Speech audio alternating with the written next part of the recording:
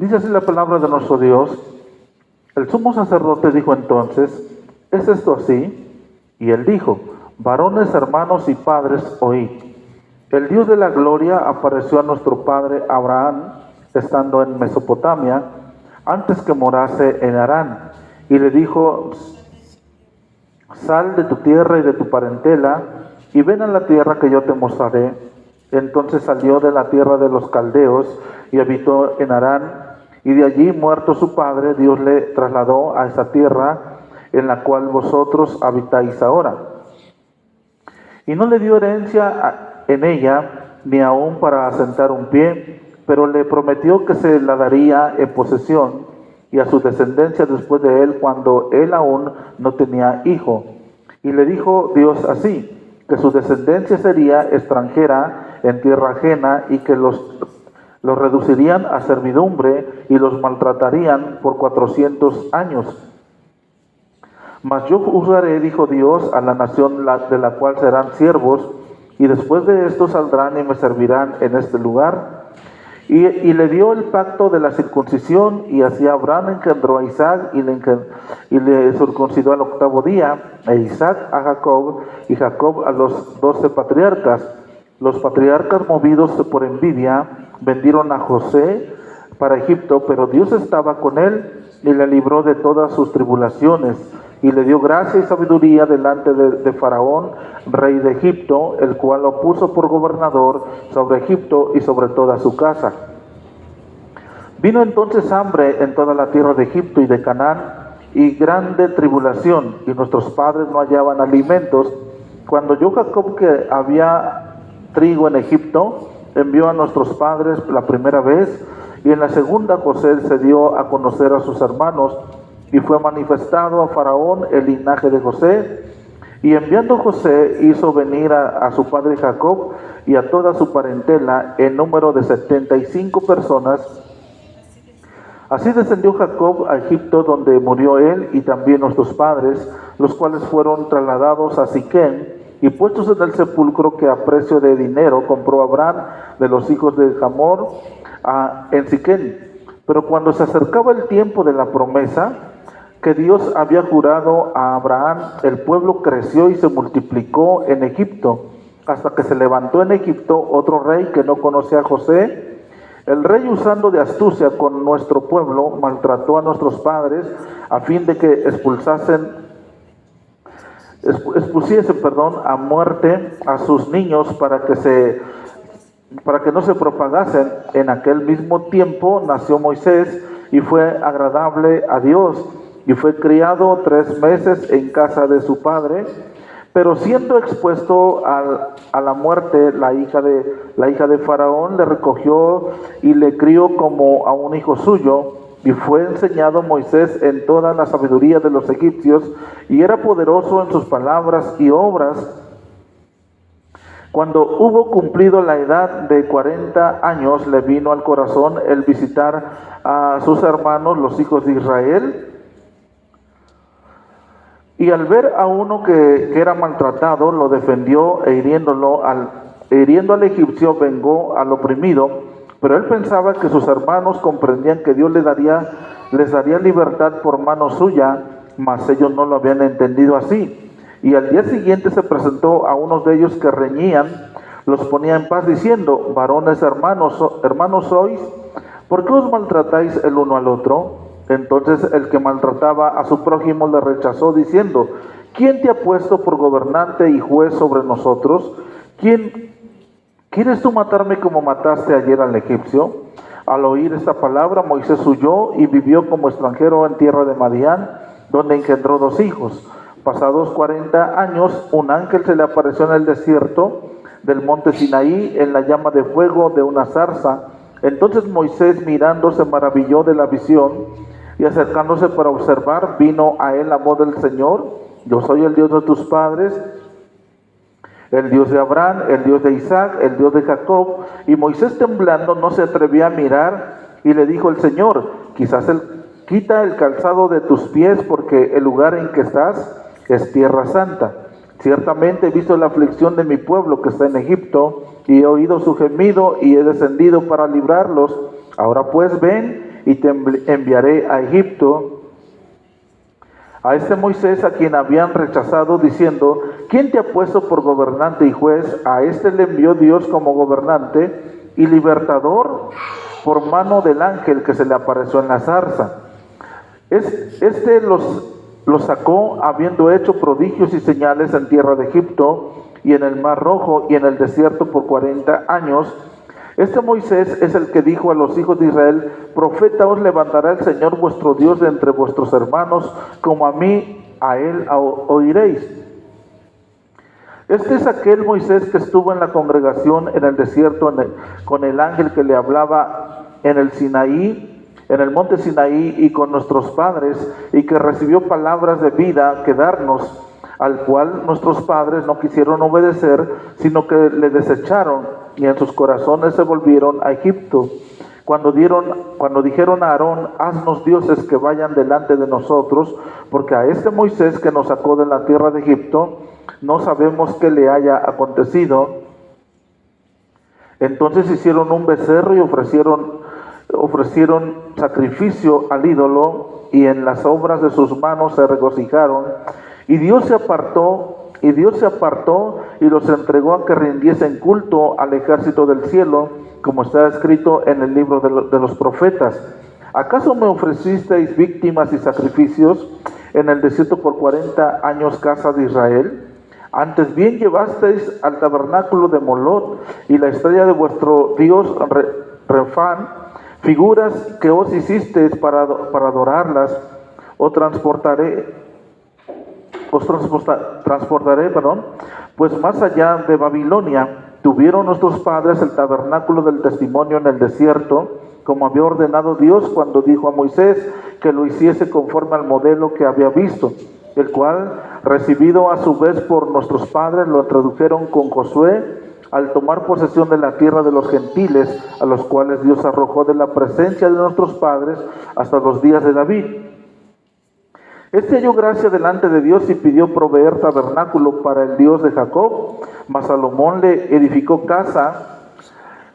Si bien el Altísimo no habita en templos hechos de manos, como dice el profeta: el cielo es mi trono y la tierra es el estrado de mis pies. ¿Qué casa me edificaréis?, dice el Señor. ¿O cuál es el lugar de mi reposo? ¿No hizo mi mano todas estas cosas? Duros de cerviz e incircuncisos de corazón y de oídos, vosotros resistid siempre al Espíritu Santo, como vuestros padres, así también vosotros. ¿A cuál de los profetas no persiguieron vuestros padres y mataron a los que anunciaron de antemano la venida del justo, de quien vosotros ahora habéis sido entregadores y matadores? Vosotros que recibisteis la ley por disposición de ángeles y no la guardasteis.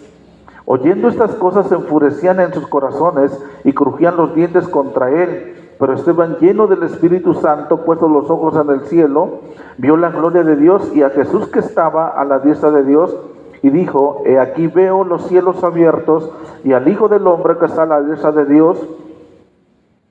Entonces ellos, dando grandes voces, se taparon los oídos y arremetieron a una contra él, y echándole fuera de la ciudad, le apedrearon, y los testigos pusieron sus ropas a los pies de un joven que se llamaba Saulo, y apedreaban a Esteban mientras él invocaba y decía: Señor Jesús, recibe mi espíritu. Y puesto de rodillas clamó a gran voz: Señor, no les tomes en cuenta este pecado. Y habiendo dicho esto, durmió. Bendito sea el nombre de nuestro Dios. Tomen su lugar, hermanos, los que están de pie, hermanos. Hermanos, y a propósito, hermanos, quise leer esta porción completa, hermanos. Y algunos, cuando a veces leo solamente una porción muy pequeña, hermanos, y por ahí me dicen que a veces me tardo cuando leo porciones pequeñas, pero y tal vez cuando leo porciones grandes dirán, pues se va a tardar más. Pero no lo sé, hermanos, pero creo que no me voy a tardar mucho, hermanos. Pero quería yo leer todo esto, hermanos, porque esto es un resumen de la historia de un país, de la historia del pueblo de Israel. Esteban resume en unos cuantos renglones, hermanos, la historia de la nación de Israel, empezando desde el patriarca que se llamó Abraham, hasta el tiempo de Esteban, como dice la escritura ahí, hasta ahora, en el versículo 52, hermanos, es decir, su propio tiempo. Parte del discurso, hermanos, abarca, hermanos, 900 años antes de la construcción del templo. Entonces abarca aproximadamente 900 años, hermano, hasta la construcción del templo, hermanos, y demuestra que el Señor se manifestó fuera del territorio del pueblo de Israel. Y esto tiene mucha relevancia, hermanos, porque el pueblo de Israel, hermano, pensaba que, y de cierta forma sí, hermanos, que el templo era como la presencia de Dios misma en el pueblo de Israel. Pero Esteban les demuestra, hermanos, que el Señor se manifestó, hizo presencia, hermanos, en la vida de algunas personas, hermanos, antes de que el templo existiera. Si bien, hermanos, Dios dice la palabra que el Señor no habita en templos hechos de manos, hermanos, pero la presencia, pero el templo significaba también la presencia de Dios en ese lugar. Pero aunque esto significaba la presencia de Dios, hermano, Dios no está confinado a un lugar específico. Dios se manifestó cuando Abraham estaba todavía en Ur, allá de los caldeos, en el área de Mesopotamia, hermanos. Se manifestó allá, hermanos, y no estaban en un templo. De hecho, hermanos, de acuerdo a los datos de las culturas de aquellos tiempos, hermano, se cree que Abraham era también un idólatra. Se cree también, hermanos, que Abraham, hermano, también entregaba a sus niños, hermanos, en la zona, él también relacionaba con esta cultura, hermanos, de una forma de adoración, es que la gente de aquel tiempo y de aquellos lugares sacrificaban a sus niños, a los dioses paganos. Y aunque Abraham se piensa que no tenía hijos, hermano, pero él también compaginaba, él también, hermanos, tenía esta misma forma de idolatría, hermanos, del pueblo de Mesopotamia. Entonces, hermano, esto abarca, hermanos, hasta 900 años, hasta la construcción del templo, hermanos, y aunque el templo era símbolo de la presencia de Dios, pero Dios no está confinado a un templo, a ningún templo. Y eso es lo que quiere decir, Dios no habita en templos hechos por manos humanas. Dios está aquí y el mejor lugar para buscar a Dios, hermanos, en óptimas condiciones debe ser este. Pero, hermanos, Dios no está confinado a este lugar. Si usted lo busca en su casa, lo va a encontrar.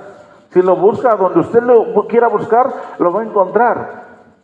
Alguna vez alguien me preguntaba, ¿y Dios está en una cantina? ¿Qué me dicen? ¿Dios estará en una cantina? ¿Sí o no?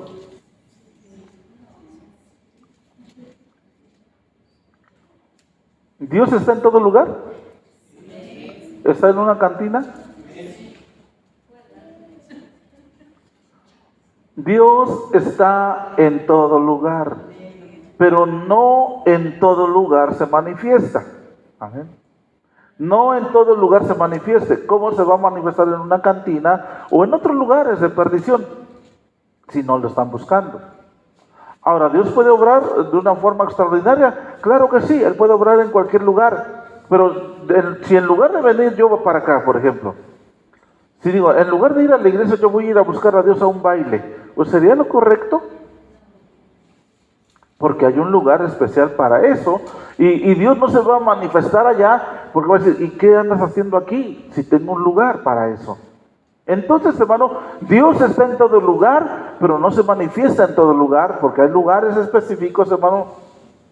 Claro, si me llevaron secuestrado por ahí a un centro de perdición y yo ahí le busco a Dios, ahí lo voy a encontrar, hermano. Pero es bajo otras circunstancias muy diferentes a que yo vaya por mi voluntad. No, pues voy a buscar a Dios en un lugar de perdición.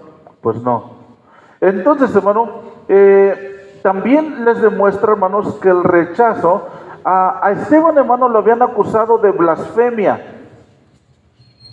¿Se acuerdan, hermanos, que hablábamos de que él les predicaba y era tan fuerte su mensaje era con tanta audacia y con tanto denuedo y valor, hermanos, que no le podían refutar porque estaba lleno del Espíritu y porque era muy sabio. Hablaba con sabiduría, no le podían refutar. Y como no le podían refutar, hermano, contrataron, pagaron, hermano, sobornaron a unas personas para que atestiguaran en su contra. Y dijeron que él hablaba palabras blasfemas. A Esteban lo acusaron de blasfemo. Y la blasfemia en la religión, hermano, del judaísmo era algo muy severamente castigado. Entonces, hermano, pero él les demuestra, hermanos, porque era solamente una acusación falsa, él les demuestra que así como el pueblo de Israel, los líderes religiosos de esos tiempos, estaban rechazando al justo, que era nuestro Señor Jesucristo, y estaban rechazando el mensaje del Evangelio, no era algo nuevo. De hecho, por eso leí toda la parte, bueno, todo el capítulo, porque desde el primer versículo les da una crónica de la historia, les resume la crónica de la historia del pueblo de Israel, porque les demuestra de Abraham, bueno, que Abraham fue llamado desde Ur de los Caldeos, el Señor se manifestó fuera del pueblo de Israel, en territorio fuera, hermanos. Entonces les habla desde allá, pero después les habla de Abraham, de Isaac y de Jacob. Y en Jacob habla de los 12 patriarcas, amén. Y los 12 patriarcas, hermano, él se enfoca en un patriarca de una forma muy especial. Y ese patriarca, hermano, se llamó José. José, hermanos, que dice la escritura que por envidia sus hermanos querían matarlo. Pero por ahí surgió alguien que se llamaba Rubén, uno de sus hermanos, y dijo, no lo matemos, mejor echémosle a la cisterna. Lo echaron a la cisterna y cuando pasaron unos mercaderes, hermano, unos hombres que hacían comercio, porque en aquel tiempo se hacía comercio con las personas. Las personas se veían, hermano, como objetos. Y agarraban, secuestraban a una persona, hermanos, y lo iban a vender a otro pueblo. Y esa persona era sometida, esa persona tenía que trabajar para otros, para sus amos, hermano, y sin paga alguna. Entonces el caso es que a José lo rechazaron por envidia. Lo pusieron primero a la cisterna, luego lo vendieron. Es decir, ¿por qué tenían envidia?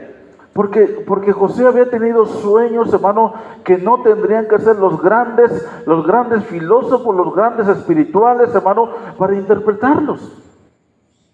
Los sueños de José, cualquier persona podía interpretarlos, y de acuerdo a los sueños de José, hermanos, ellos sabían que José se estaba perfilando para ser el líder o el primogénito. Aunque no era el primogénito, en la Biblia el primogénito no es el que, como dice la escritura, el que abre matriz, el que nace primero en una familia. No, el primogénito en la palabra de Dios es el que Dios le da la doble porción, el que les da el trabajo de liderazgo. José no era el primogénito, de hecho en ese entonces era el último, porque era el que nació de Raquel, que había sido estéril toda la vida, pero ya en su edad avanzada tuvo a José. Era el último, pero el Señor lo estaba perfilando para ponerlo como primogénito, es decir, como líder de toda la familia, de todos sus hermanos. Y por envidia, por los sueños que tenía, que se estaba perfilando para ello, dice la escritura que lo vendieron. Es decir, José era el Salvador. No estoy hablando del Salvador Jesucristo, no estoy hablando de él, estoy hablando del Salvador humanamente, que iba a salvar al pueblo de Israel. Y al venderlo se fue a Egipto, el Señor le dio gracia y sabiduría en Egipto, y pasó por muchas cosas, hermano, pero al final él fue gobernador también de la tierra de Egipto, hermanos. Entonces, hermano, fíjese cómo lo rechazaron, pero el Señor lo mandó a Egipto y allá le dio gracia y le dio sabiduría. Llegó el tiempo de la escasez, donde no había alimento por ningún lado, porque había sequía, ¿sí se acuerda, verdad? Entonces no había alimento por ningún lado, y el único lugar donde se podía encontrar alimento era en Egipto. Fíjese, hermano, aquí yo encuentro una lección que quizás, bueno, no sé si usted ya había pensado, pero si los hermanos de José no lo hubieran vendido, creo que Dios tenía un plan para demostrarle al mundo exterior que Él tenía un trato especial por su pueblo. Pero Dios quería hacerlo tal vez, hermano, desde su propia trinchera de su pueblo. Desde donde el pueblo estaba, ahí el Señor quería bendecirlos, honrarlos. Pero por la mala actitud de la misma familia, por haber rechazado al libertador, en este caso a José, Dios tuvo que actuar de diferente forma. Y lo hizo. A final de cuentas, los planes de Dios, hermano, siempre se van a realizar, hermanos. Pero a veces, hermano, por no escuchar la palabra de Dios y por no ser obedientes y por la envidia y los celos, nos pueden llevar, hermano, a un proceso un poco más largo por nuestra desobediencia. Esa es una especulación, desde luego, hermanos, pero tiene sentido. Entonces vemos, hermano, probablemente Dios quería bendecir, pero dice aquí la palabra en el versículo 9, dice, y le dio el pacto de la circuncisión, perdón, el 9, los patriarcas movidos por envidia, ¿ya vieron por qué? Movidos por envidia, no fue por el amor, no tenían comunión con Dios, rechazaron a José, lo vendieron. ¿Qué hubiera pasado si José se hubiera quedado allí con su familia? Dios los hubiera honrado. Tal vez ellos, José, fíjense, con toda la sabiduría que José tuvo que aplicar en Egipto, seguramente la hubiera aplicado desde su casa. Y creo yo que muy probablemente si así hubiera sido, hermanos, hasta Egipto hubiera llegado a ellos para pedir alimento. Pero seguimos, esto estamos especulando. Dice, pero Dios estaba con él y le libró de todas las tribulaciones y le dio gracia y sabiduría delante del faraón, rey de Egipto, el cual lo puso por gobernador sobre Egipto y sobre toda su casa. Fíjese, Dios, sus hermanos lo mandaron para allá, Dios lo usó para bien, porque cuando Dios tiene un plan para cada uno de nosotros, hermano, aunque va a haber gente envidiosa, que quizás se va a prolongar un poquito el proceso, hermanos, pero al final de cuentas Dios va a cumplir sus planes y sus proyectos para con usted, siempre y cuando usted se abrace de la fe y sea obediente a Dios. Dice la palabra que aunque él se tuvo que ir a Egipto, José se tuvo que ir a Egipto o lo mandaron a Egipto, Dios estaba con él. 4 cosas, hermano. Bueno, 3 cosas. Dios estaba con él. Qué importante, hermanos, es que Dios esté con cada uno de nosotros. Amén. Así lo manden a donde lo manden, aunque su familia le tenga envidia. ¿Cuántos han sentido la envidia de su familia? ¿Por qué tú tienes un esposo feliz, tienes unos hijos y qué sé yo? Porque a veces envidian hasta lo que no tiene sentido. Entonces, hermano, muchas veces por envidia, Dios tiene que prolongar los procesos, hermano, pero qué importante es cuando a pesar de los procesos, Dios está con nosotros. Una característica, una cualidad, un bien, para José dice el versículo 9, pero Dios estaba con él. Amén. ¿Cuántos sienten que Dios está con ustedes, hermano? Eso es preciosísimo, hermano. Y la otra es que dice, Dios lo libró de todas sus tribulaciones. Amén. Hay tribulaciones, hay enfermedades, hay tristeza, a veces nos amargamos un poquito. Amén. A veces también nos intimidamos un poquito, nos angustiamos, nos preocupamos.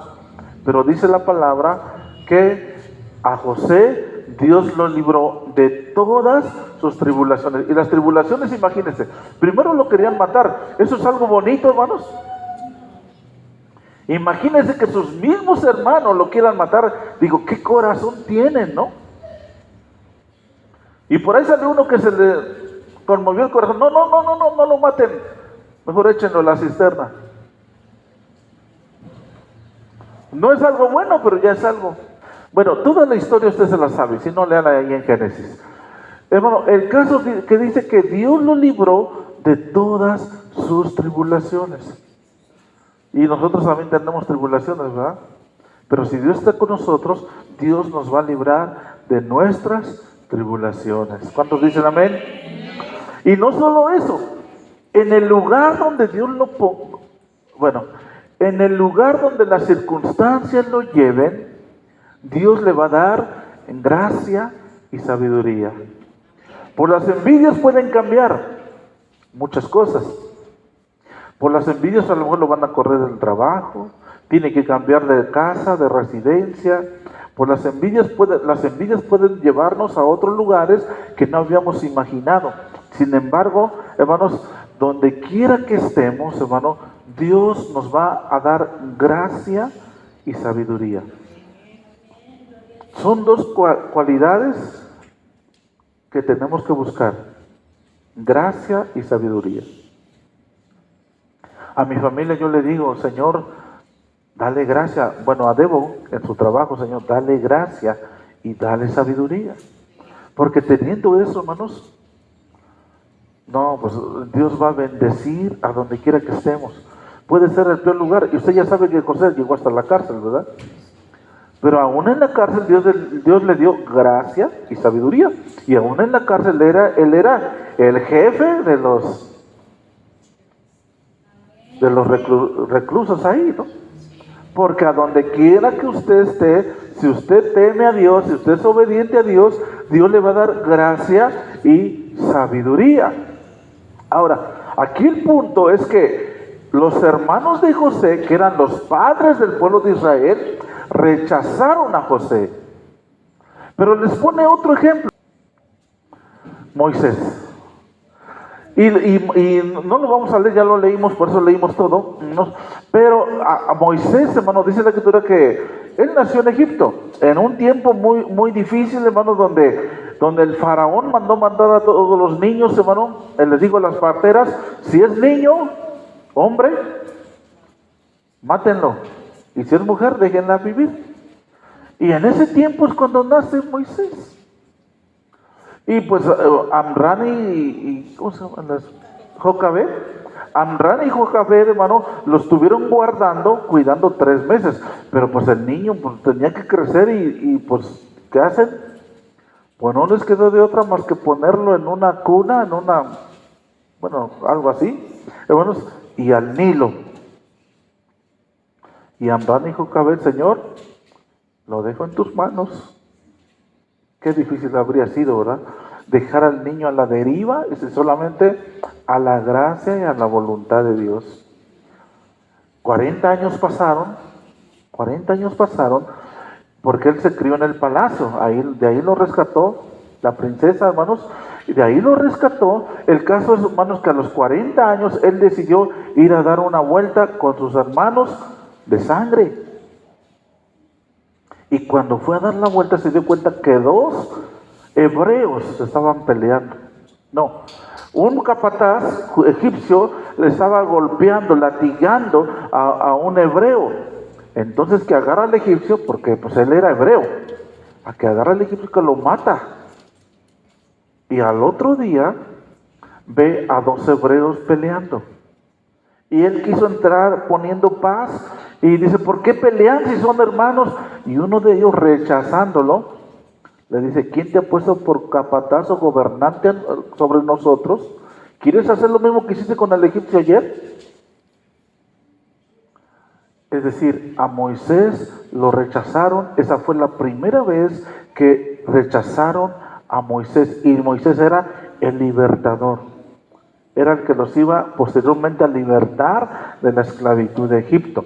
La segunda vez que rechazaron a Moisés fue cuando hicieron el becerro de oro. Amén. Pero el pueblo de Israel, en toda su historia, hermanos, siempre ha rechazado a los enviados, a los profetas, empezando por José. Bueno, ahí habla de José, luego Moisés. Rechazaron, hermano, también a Jeremías, rechazaron a Isaías, rechazaron, hermano, a los profetas que les hablaron acerca del Mesías. Es decir, lo que Esteban está tratando de decirle, no soy el primero al que rechazan. Rechazaron a Jesús. ¿Se acuerda que con Jesús también sobornaron a algunos y también atestiguaron en contra de Jesús? Rechazaron al justo. Entonces, hermano, esto nos hace ver, hermano, que el pueblo de Israel siempre ha rechazado. Y en una ocasión Jesús lo dijo, dice: Jerusalén, Jerusalén, dice que matas a los profetas y apedreas a los que te son enviados. Entonces Esteban les está diciendo: no soy el primero y no voy a ser el último. Y esto es algo tremendo y algo muy triste, hermanos.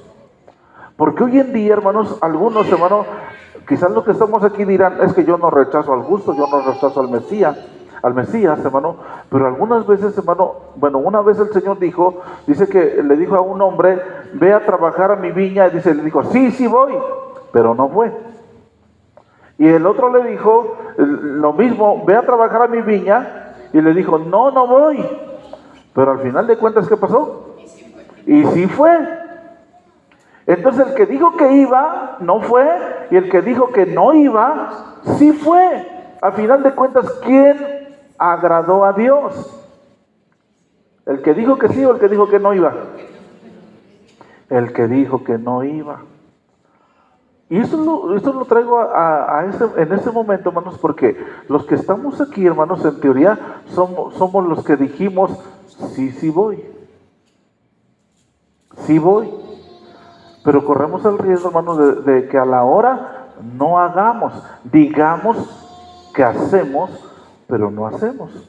Entonces, de alguna forma, es una forma de rechazo por la desobediencia a la voluntad de Dios. Amén. Entonces, en todo el tiempo podemos pensar, porque cuando yo pienso en el pueblo de Israel, digo: qué gente tan vil, qué gente tan cruel, qué gente tan incrédula, qué gente tan perversa, qué gente, en una palabra. Pero hoy en día, hermanos, me doy cuenta que el mundo en el que vivimos es igual. Ahora, digamos, el mundo, la sociedad en la que vivimos es igual, hermanos. Ahora, nosotros a veces nos espantamos con todo lo que hizo el pueblo de Israel. Imagínense ver el mar abrirse y caminar en seco. Pero pasaron 3 días y murmuraban. Y muchas veces nosotros, hermanos, vemos la gracia de Dios, las maravillas de Dios. Vemos cómo el Señor obra cada día, hermanos, y a veces se nos olvida.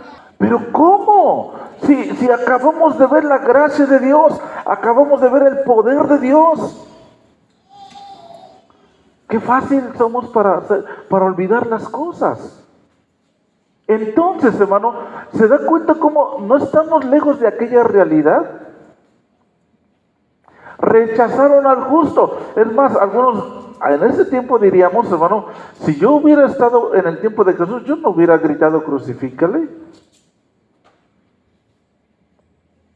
Pero hay un canto por ahí que tiene un gran mensaje y habla de un sueño, de que una persona vio que estaban maltratando a Jesús y dice que en su sueño él quiso correr a defenderlo. Dice: no, lo voy a defender. Pero cuando se acercó, el verdugo era él. Dice: cuando quise correr a defenderlo y lo vi bien, soy yo. ¿Se da cuenta cómo a veces nosotros también rechazamos? No de una forma frontal, decimos no, pero decimos sí y no hacemos. Decimos sí voy, pero no vamos. Entonces, hermano, ahí estamos en una situación tremenda y quiero concluir, hermanos, con esta parte porque Allí aparenta que Esteban empezó despacito, porque la primera pregunta que le hicieron, ya lo habían acusado de blasfemo. Y la primera pregunta que le hace el sumo sacerdote, ahí en el versículo 1, dice, ¿es esto así? Porque lo estaban acusando de blasfemo. Dice, ¿es esto así? Dicho de otra forma, hermanos, hoy en los juzgados, ahí cuando dicta sentencia el juez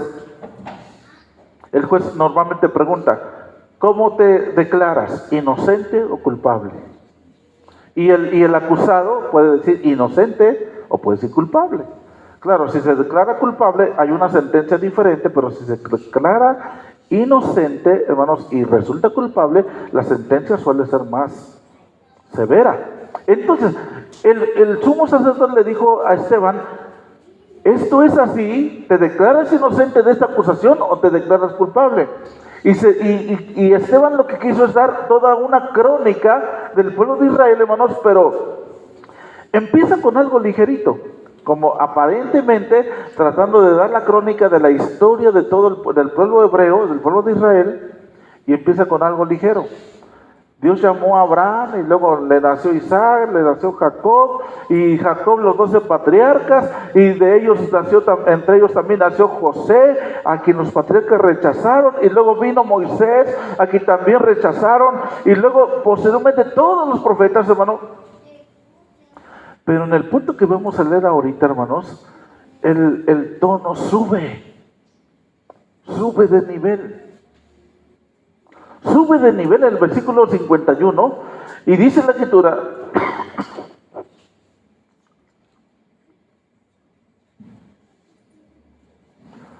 duros, ¿ya lo vio? En el versículo 51, duros de cerviz e incircuncisos de corazón y de oídos.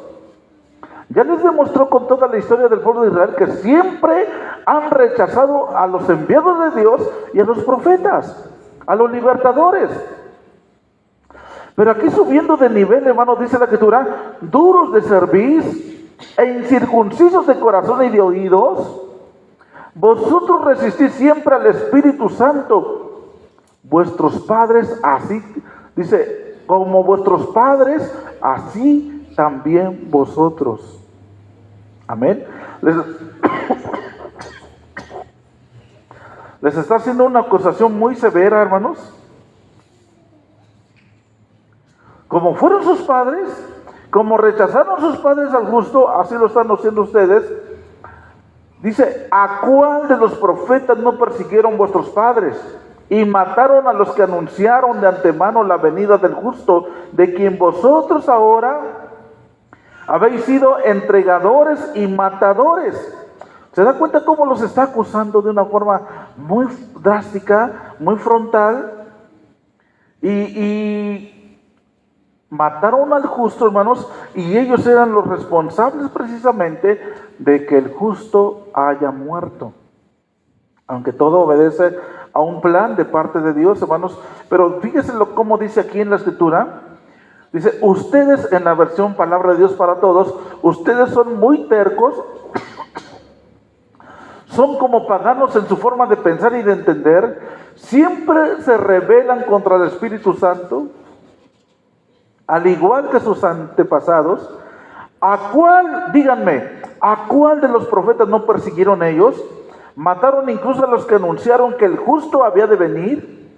El mismo al que ahora ustedes traicionaron y mataron. Ustedes recibieron la ley por medio de los profetas, pero no la obedecen. Al escuchar esto se molestaron tanto que se veían en la cara tan furiosos. Se molestaron tanto que se les veía en la cara lo furiosos que estaban. Pero Esteban, lleno del Espíritu Santo, miró al cielo y vio el resplandor de Dios y a Jesús de pie a la derecha de Dios. Lo iban a matar, hermano. Esteban sabía que lo iban a matar. Sabía que lo estaba confrontando tal, hermano, pero él no tuvo miedo. ¿Sabe? ¿Usted cree que Esteban, si hubiera querido, hubiera podido salvarse? Bueno, de la muerte, del apedreamiento. Sí. Simplemente tenía que callar. Simplemente tendría que disculparse. Simplemente tendría que bajar el tono de su voz. Sin embargo, él prefirió ser atrevido a la hora de predicar con valor, sin miedo, sin timidez, hermano, porque estaba siendo amenazado, hermano, pero por la causa de Cristo. Hermano, y que el Señor nos dé valor, hermanos. Que el Señor nos dé valor con la familia, con los vecinos, con la sociedad en la que vivimos, hermano. Aunque nos veamos amenazados, aunque la gente nos deje de hablar, hermano, pero que nosotros sigamos hablando de Jesucristo. Va a haber rechazo. Es más, aún dentro de la iglesia, hermanos, ¿usted cree que hay rechazo? ¿Usted ha oído alguna vez algún hermano o alguna hermana? Eso dice el pastor, pero eso dice allá. Nosotros aquí hacemos lo que queremos. Eso es rechazar la palabra de Dios. No ser obedientes a la palabra de Dios. Hermano, y así como la gente de aquel tiempo era duro de servir, aún en este tiempo hay familia de Dios, hijos de Dios, porque ellos eran hijos de Dios, hermano. Eran el pueblo escogido de Dios. Y el Señor les está hablando a su pueblo. No le está hablando a la gente de afuera. Si usted se da cuenta, este mensaje era para el pueblo de Israel, que era el pueblo escogido de Dios. Y decían cómo, a pesar de que nosotros como pueblo de Dios hemos visto la gracia, la bendición, los milagros, el poder de Dios, como muchas veces todavía somos rebeldes a la palabra de Dios. Y eso es algo muy peligroso, hermanos. Y a veces matamos, hermano, y algunos dirán, no, nosotros no matamos, hermano. Pero ¿cómo dice Jesús que nosotros podemos matar a la persona? Con la boca, amén. Si alguien le llama fatuo, alguien le llama insensato, espiritualmente nosotros podemos matar a las personas. Debemos cuidar nuestra forma de hablar. Debemos cuidar nuestra forma de conducirnos en nuestra vida diaria, porque con nuestra actitud, con nuestro mal testimonio, con nuestras palabras, podemos matar a una persona. No físicamente, pero sí espiritualmente. Por ejemplo, si alguien deja de buscar a Dios por nuestra culpa, por nuestra actitud, por nuestra conducta, hermanos, ¿qué estamos haciendo? Lo estamos matando espiritualmente. Entonces, hermano, por eso cuando venga, con los demás hermanos, o cuando venga una persona nueva, tenemos que ser las personas amables, darle la bienvenida, no barrerlos, porque yo he escuchado lugares, hace tiempo nos platicaban de un lugar allá, hermanos, que donde recibieron, llegó una persona a la iglesia, no fue aquí, hermanos, por la gracia de Dios, no fue aquí, hermanos, pero llegó una persona y el mismo pastor la hizo a un lado. El mismo pastor la hizo a un lado. Y esa persona, supimos después, jamás regresó hasta hoy a la iglesia. Cuando lo volvieron a invitar, dijeron, no, ¿yo qué voy a hacer ahí? No sé qué esconden, que no me dejan entrar. No sé por qué. ¿Se da cuenta cómo nosotros, hermano, o podemos atraer al Señor a las personas, o podemos ausentarlas, hermano? Pero eso dice la Escritura, que es necesario que vengan los tropiezos. Amén. Pero hay de aquel por el cual los tropiezos llegan a la vida de las personas. Amén. Entonces, hermano, no matamos a los profetas, no matamos físicamente, pero podemos matar espiritualmente a las personas. Y estamos en la misma condición del pueblo de Israel.